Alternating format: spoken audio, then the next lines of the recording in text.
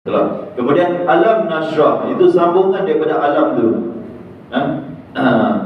Alam yajidka yatima fa'awa, disambung kata ulama, nikmat ni belum habis lagi.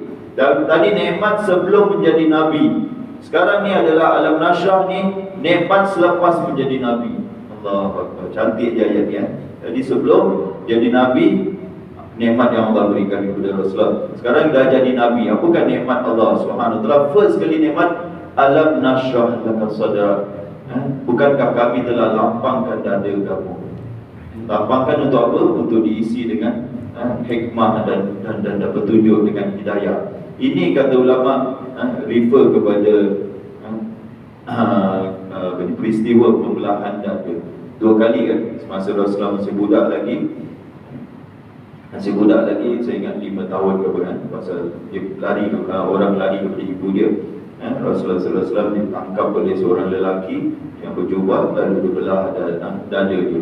Kawan-kawan dia semua ingat dia dah mati ke apa, pergi cari mak dia, beritahu ada orang yang kacau Rasulullah SAW. Kembali tengok Rasulullah sihat dia.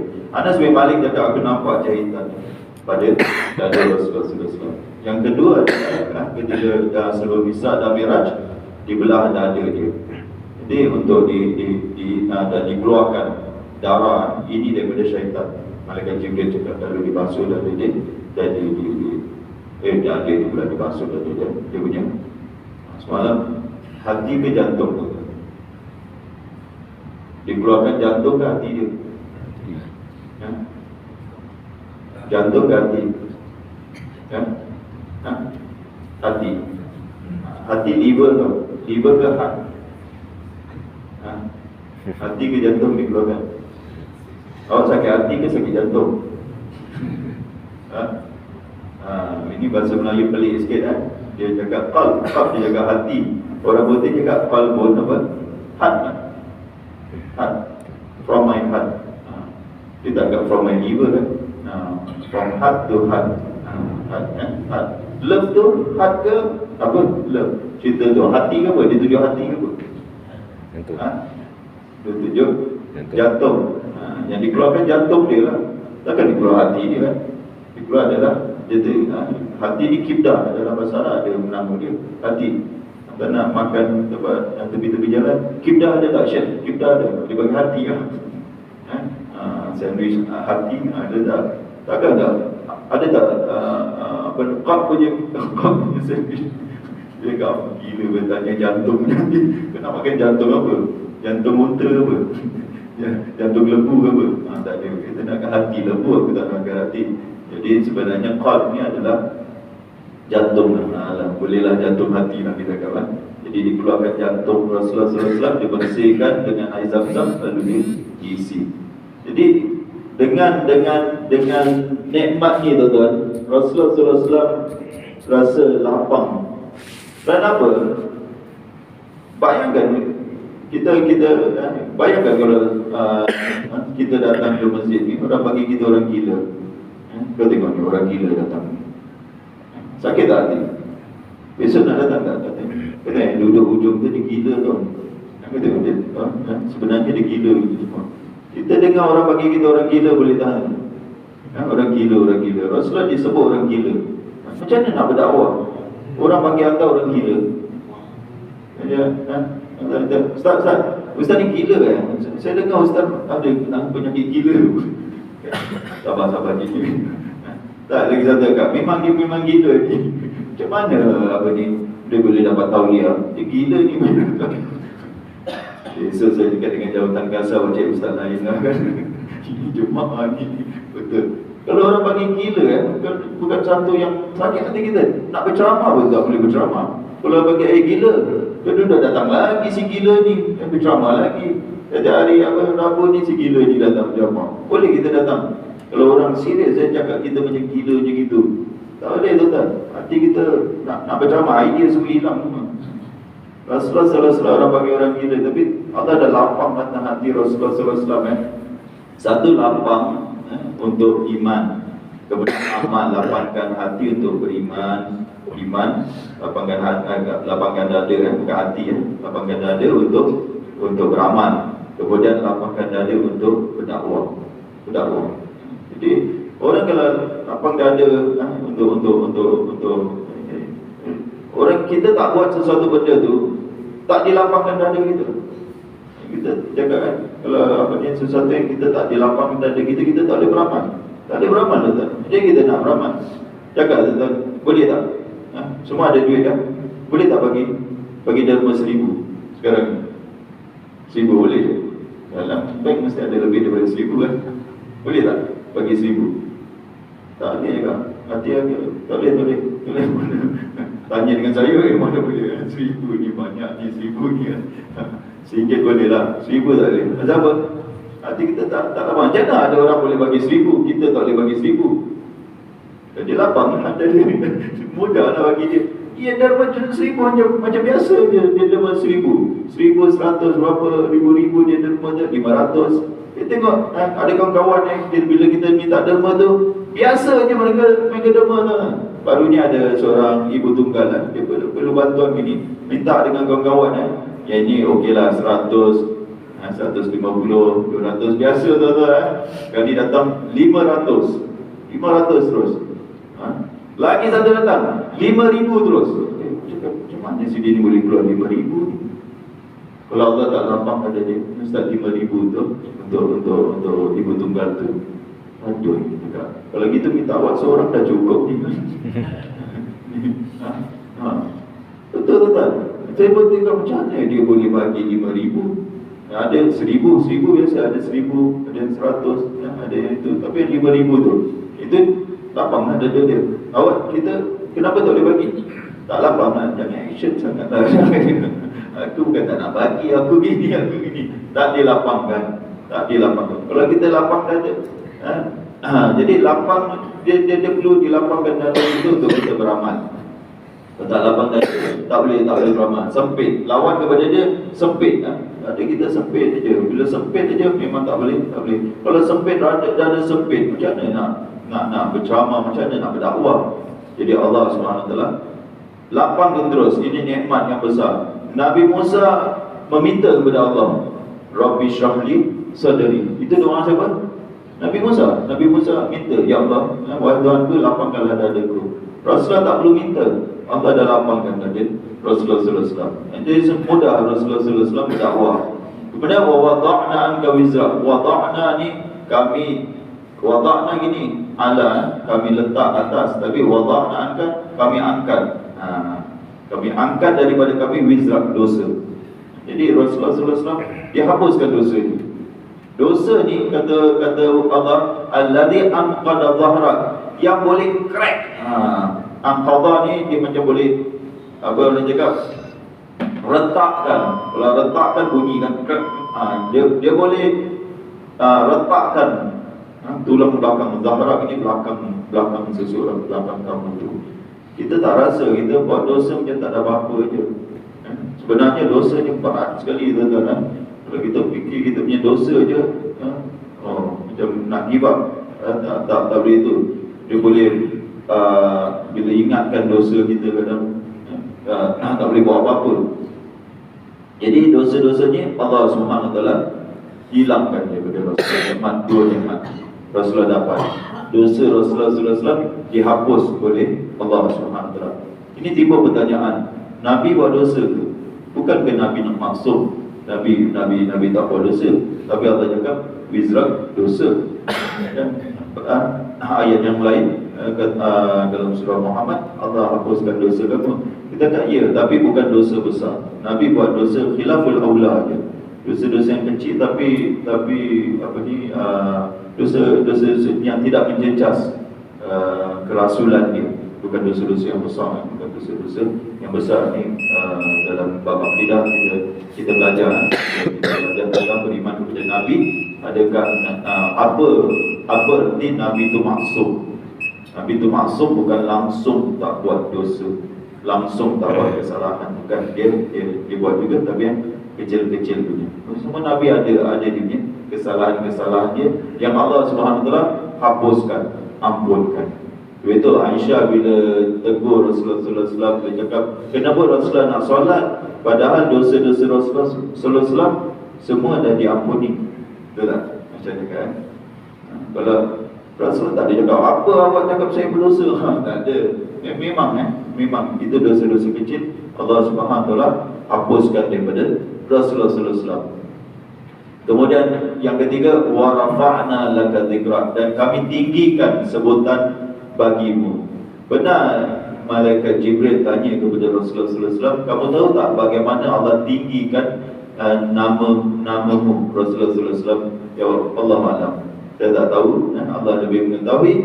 Malaikat Jibril berkata, Allah berfirman, wa idza dzukirtu dzukirta ma'i.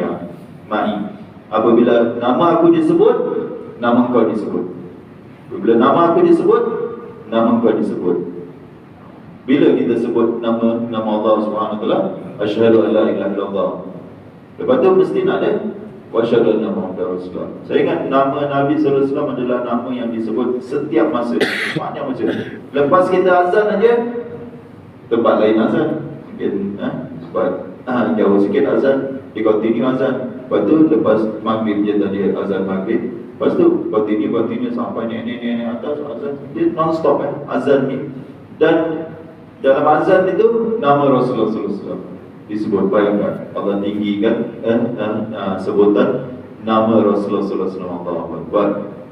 Kemudian Allah jelaskan kepada kita tentang jelaskan kepada Rasulullah Sallallahu Alaihi Wasallam kesukaran. Ini waktu-waktu sukar tau. Bila Allah cakap ni, bukan dah azan tau, bukan dah azan. Ini semua adalah nikmat Allah Subhanahu Wa Taala berikan kepada Rasulullah Sallallahu Alaihi Wasallam. Dan Allah Subhanahu Wa Taala beri kaedah, fa inna ma'an usri yusran, inna ma'an usri yusra. Sungguhnya daripada tiap-tiap kesukaran itu, tengok ma'a itu bersama tiap-tiap kesukaran itu ada bersamanya kemudahan. Sesuatu yang susah dengan senang, dia boleh bersatu tak? Susah dengan senang. Aku susah, aku senang, tak boleh. Mana ada kan? Kalau kita susah, kita tak senang. Kalau kita senang, kita susah. Dia boleh berserta tak? Boleh berserta tak? Bersama tak? Susah dengan senang. Boleh tak? Jarang kan? Mana ada susah dengan senang. Dia sesuatu yang bertentangan susah dengan senang. Tapi Allah cakap berserta dengan kesusahan ada kesenangan. Berserta. Berarti apa? Sebenarnya dalam ada ayat lain, ba'dal usri yusra, selepas kesusahan baru datang kesenangan. Betul lah? Selepas kesusahan. Tapi nak cakap dia cepat sangat datang dia punya kemudahan itu, seolah-olah macam dia berserta bersama dengan kesusahan itu, kemudahan atau kesenangan itu. Dan kalau tanya betul ke, Allah jawab lagi, inna ma'an usri yusra. Dia tegas sekali lagi dia kau. Sesungguhnya setiap kesusahan itu ada kesenangan. Kemudian ini dia Allah perintah, fa idza faraghta fansab. Allah perintah Rasulullah Sallallahu Alaihi Wasallam. Dan kemudian bila Rasulullah diperintah, kita pun diperintah juga. Nikmat, Rasulullah dapat nikmat. Kalau kita ikut Rasulullah, kita dapat nikmat. Kalau kita ikut Rasulullah Sallallahu Alaihi Wasallam, kita dapat nikmat. Kalau kita tak ikut, tak dapat. Dan perintah kena.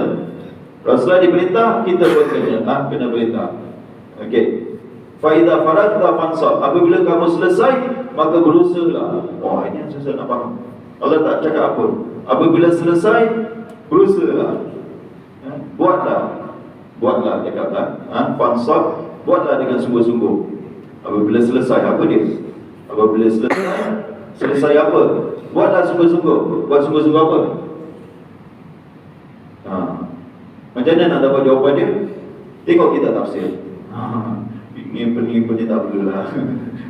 Ulama kita dari dulu dah tafsirkan. Semenjak Al-Quran ni dia turun dan ditafsirkan.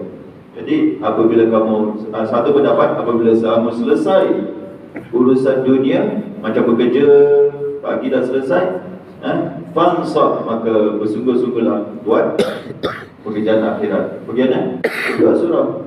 Habis kerja kan, datang surah, ni akhirat. Lagi itu pendapat pertama. Pendapat kedua, apabila kamu selesai buat fardu, maka buatlah yang sunat macam solat kita. Dan dah habis solat fardu, kita solat sunat.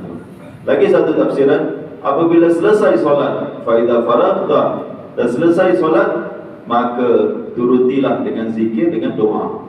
Dengan doa. Jangan tak doa terus. Lepas solat aja, kita pun. Bila kita doa? Bila awak doa? Orang cakap, tak ada doa. Tak ada. Ya. Lepas itu, kata ulama, lepas zikir, maka berdoa kita kepada Allah SWT. Fansab itu doa dengan sungguh-sungguh. Tadi dah solat pun dah sungguh-sungguh. Tak tahulah. Ya. Allah banyak gangguan.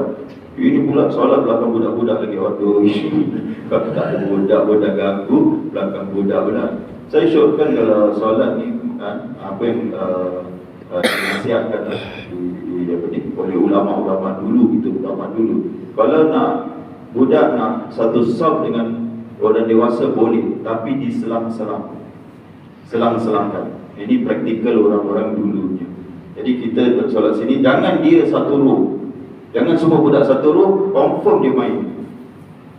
Anak kita ni bukan anak sahabat, tuan-tuan.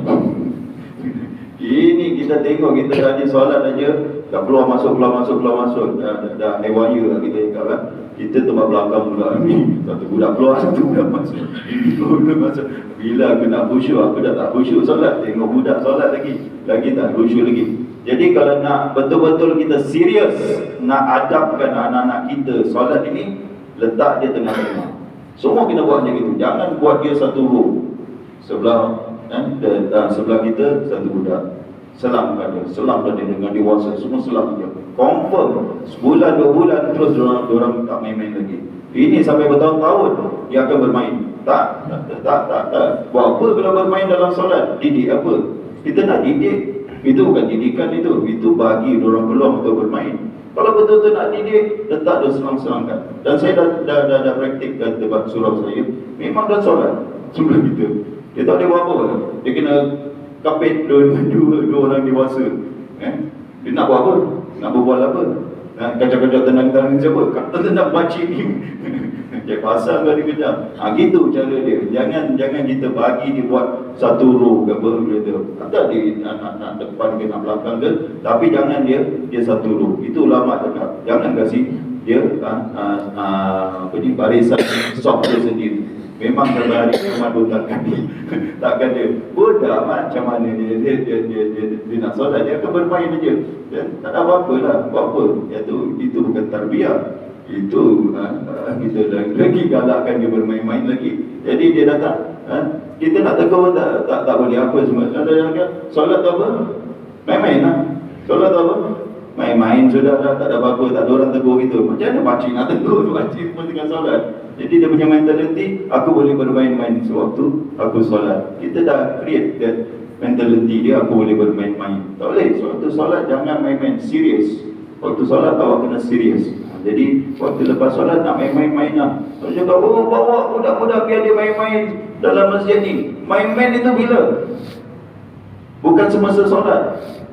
Kalau semasa solat main-main tak ada pun ulama ajar bina. Biarkan budak semua datang waktu solat buat rio gitu. Mana ada ulama ajar macam ini? Tak ada ulama pun ajar macam gitu.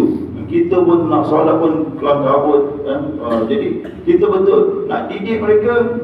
Waktu solat itu adalah waktu paling baik sekali kita didik mereka. Itu saya nasihatkan kita selang-selangkan semua budak-budak ni. Dan tengok sebulan tuan-tuan. Lepas tu bagi report kat saya. Ada tak budak-budak ni main-main lagi tak? Confirm tak ada main-main. Kita solat pun tenang tuan-tuan. Untuk kebaikan siapa? Bukan kebaikan budak-budak tu aja. Kita ni yang tak boleh khusyuk solat ni. Kalau solat belakang ni memang tak boleh khusyuknya.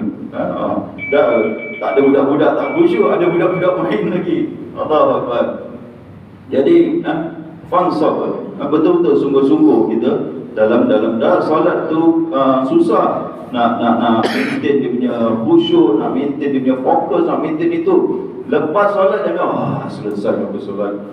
Tak ada, buat dan continue dengan apa? Dengan zikir, dengan doa. Doa fansab itu doa betul-betul berusaha dalam berdoa dan dalam melakukan itu semua wa ila rabbika, dan kepada Tuhanmu sajalah farghab, itu kau niatkan, ikhlaskan diri kamu atau kamu tujukan niat kamu. Di antara ulama yang tafsirkan farghab itu adalah kamu ikhlaskan, tujukanlah niat diri kamu itu. Wallahu a'lam. So, jadi itulah sedikit tuan-tuan ceramah Maulid Rasul untuk kita pada malam yang aku lupa hadar astaghfirullahaladzim wa lakum. Assalamualaikum warahmatullahi wabarakatuh.